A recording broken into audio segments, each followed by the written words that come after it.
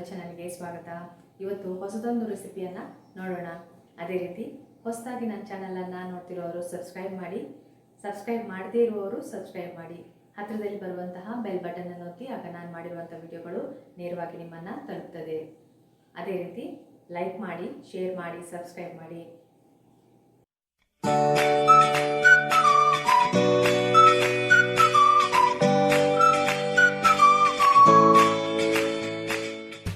ಮೊದಲಿಗೆ ಒಂದು ಬೌಲ್ ತಗೊಳ್ಳಿ. ಅದಕ್ಕೆ ನಾನೀಗ ಒಂದು ದೊಡ್ಡ ನೀರುಳ್ಳಿಯನ್ನು ತಗೊಂಡಿದ್ದೇನೆ. ನೀರುಳ್ಳಿಯನ್ನು ಈ ಥರ ಕಟ್ ಮಾಡಿಟ್ಕೊಂಡಿದ್ದೇನೆ.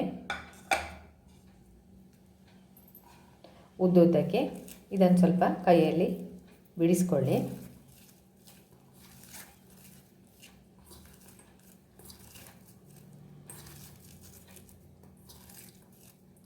ಇದಕ್ಕೀಗ ಒಂದು ದೊಡ್ಡ ಆಲೂಗಡ್ಡೆಯನ್ನು ತಗೊಂಡಿದ್ದೇನೆ. ಅದನ್ನು ಕೂಡ ಈ ಥರ ಉದ್ದುದ್ದಕ್ಕೆ ಕಟ್ ಮಾಡಿಕೊಳ್ಬೇಕು. ಅದನ್ನು ಕೂಡ ಹಾಕಿ ಇದಕ್ಕೀಗ ಉಪ್ಪನ್ನು ಸೇರಿಸ್ಕೊಳ್ಬೇಕು.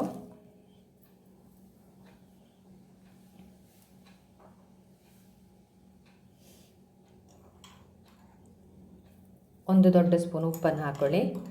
ಉಪ್ಪು ಹಾಕೋದ್ರಿಂದ ಅದರಲ್ಲಿರುವ ನೀರು ಬಿಡ್ತದೆ. ನಮಗೆ ಬೋಂಡ ಮಾಡಲಿಕ್ಕೆ ಸುಲಭ ಆಗ್ತದೆ. ಇದನ್ನೆಲ್ಲ ಮಿಕ್ಸ್ ಮಾಡಿ ಹೀಗೆ ಇದನ್ನೊಂದು 10 ನಿಮಿಷ ಹೀಗೆ ಬಿಟ್ಬಿಡಿ. ಆಗ ನೀರು ಬಿಡ್ತದೆ ಈರುಳ್ಳಿ.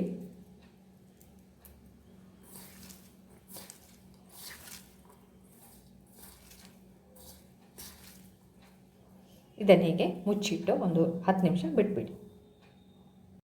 ಈಗ ಇದರಲ್ಲಿ ನೋಡ್ಬೋದು ನೀವು, ತುಂಬ ನೀರು ಬಿಟ್ಟಿದೆ. ಈ ನೀರನ್ನೆಲ್ಲ ತೆಗೆದುಕೊಳ್ಬೇಕು. ನೋಡಿ, ಇದನ್ನು ಚೆಲ್ಲಬೇಕು. ಚೆಲ್ಲಿ ಇದನ್ನು ಹಿಂಡಿ ಇಟ್ಕೊಳ್ಬೇಕು. ಇಷ್ಟು ನೀರನ್ನು ಚೆಲ್ಲಬೇಕು. ಈಗ ಇದಕ್ಕೀಗ ಮೊದಲಿಗೆ 1-2 ಸ್ಪೂನು ಅಕ್ಕಿ ಹಿಟ್ಟು ಹಾಕ್ಕೊಳ್ಳಿ.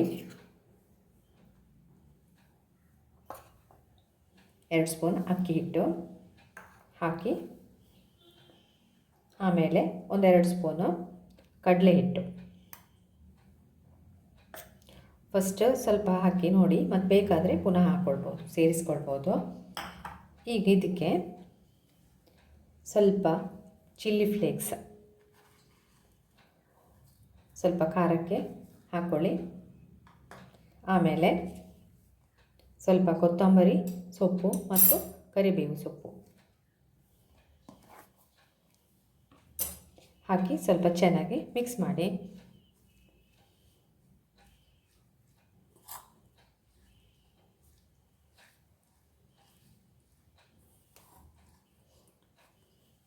ಇದಕ್ಕೆ ಸ್ವಲ್ಪ ಶುಂಠಿ ಪೇಸ್ಟನ್ನು ಕೂಡ ಹಾಕ್ಕೊಳ್ಳಿ.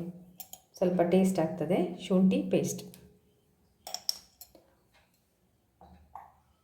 ಸ್ವಲ್ಪ ಅರಶಿನ ಪುಡಿಯನ್ನು ಕೂಡ ಹಾಕಿ, ಕಲರ್ ಬರ್ತದೆ ಒಳ್ಳೆ.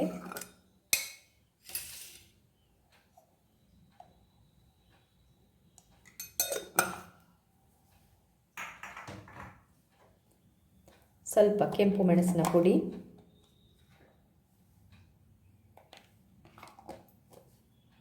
ಎಲ್ಲವನ್ನು ಈಗ ಕೈಯಿಂದ ಮಿಕ್ಸ್ ಮಾಡಿ.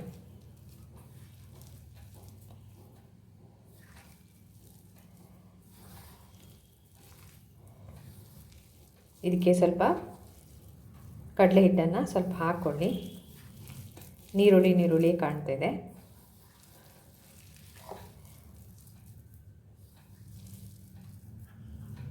ಒಂದೆರಡು ಸ್ಪೂನ್ ಕಡಲೆ ಹಿಟ್ಟನ್ನು ಹಾಕ್ಕೊಳ್ತಾ ಇದ್ದೇನೆ.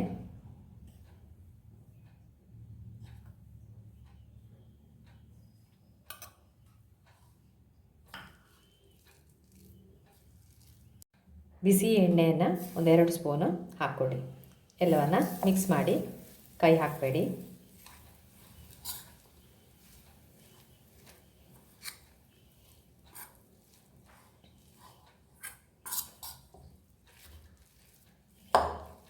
ಇದನ್ನೀಗ ಚಿಕ್ಕ ಚಿಕ್ಕ ಬೋಂಡ ಮಾಡಿ ನಾವು ಎಣ್ಣೆಯಲ್ಲಿ ಡೀಪ್ ಫ್ರೈ ಮಾಡ್ಕೊಳ್ಳೋದು.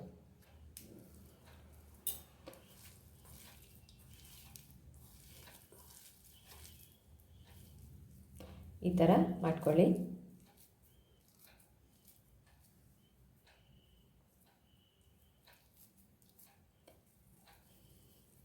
ಹೀಗೆ ಮಾಡಿ ಎಣ್ಣೆಯಲ್ಲಿ ಫ್ರೈ ಮಾಡ್ಕೊಳ್ಬೇಕು. ಎಣ್ಣೆ ಬಿಸಿ ಆಗ್ತಿದೆ ನೋಡಿ, ಈ ಥರ ಮಾಡಿ ಹಾಕ್ತಾ ಇದ್ದೇನೆ.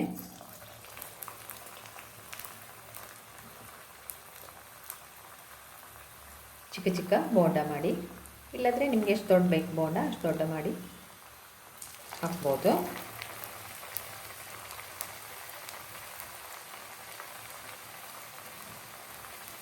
ಜೋರು ಮಳೆ ಬರುವಾಗ ಈ ಥರ ಮಾಡಿಕೊಂಡು ತಿನ್ನಿ, ತುಂಬ ಟೇಸ್ಟಿಯಾಗಿರ್ತದೆ.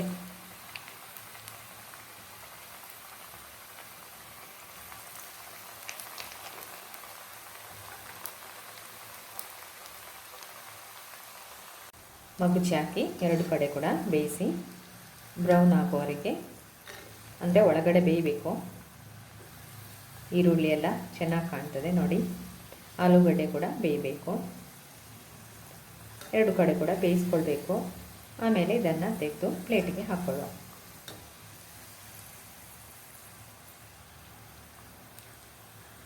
ಈಗ ಆಗಿದೆ, ಇದನ್ನು ತೆಗೆದು ಪ್ಲೇಟಿಗೆ ಹಾಕ್ಕೊಳ್ಳಿ. ಇದೇ ಥರ ಎಲ್ಲ ಆಲೂಗಡ್ಡೆ ಬೋಂಡಗಳನ್ನು ಮಾಡ್ಕೊಳ್ಳಿ. ನಾನು ಹೆಚ್ಚು ಕಡಲೆ ಹಿಟ್ಟು ಕೂಡ ಇದಕ್ಕೆ ಯೂಸ್ ಮಾಡಿಕೊಂಡಿಲ್ಲ, 1-2-3 ಸ್ಪೂನು ಯೂಸ್ ಮಾಡ್ಕೊಂಡಿದ್ದೇನೆ. ಸುಲಭವಾಗಿ ಇದನ್ನು ಮನೆಯಲ್ಲಿ ಮಾಡ್ಕೊಳ್ಬೋದು. ದಿಢೀರಂತ ಏನಾದರೂ ಸ್ನ್ಯಾಕ್ಸ್ ಬೇಕಂತ ಹೇಳಿದರೆ ಇದನ್ನು ಆರಾಮವಾಗಿ ಮಾಡ್ಕೊಳ್ಬೋದು.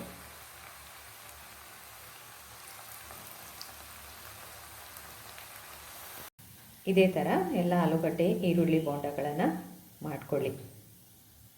ಈರುಳ್ಳಿ ಆಲೂಗಡ್ಡೆ ಬೋಂಡ ರೆಡಿಯಾಗಿದೆ. ಇದನ್ನು ಟ್ರೈ ಮಾಡಿ, ತುಂಬ ಟೇಸ್ಟಿಯಾಗಿರ್ತದೆ. ಜೋರು ಮಳೆ ಬರುವಾಗ ಅಥವಾ ಚಳಿಗೆ 1 ಕಪ್ ಟೀಯೊಂದಿಗೆ ಇದನ್ನು ತಿನ್ನಿ. ಆಮೇಲೆ ನಿಮ್ಮ ಕಮೆಂಟ್ಸನ್ನು ನನ್ನ ಕಮೆಂಟ್ಸ್ ಬಾಕ್ಸಲ್ಲಿ ಹಾಕಿ ವಿಡಿಯೋವನ್ನು ಶೇರ್ ಮಾಡ್ಕೊಳ್ಳಿ. Thank you.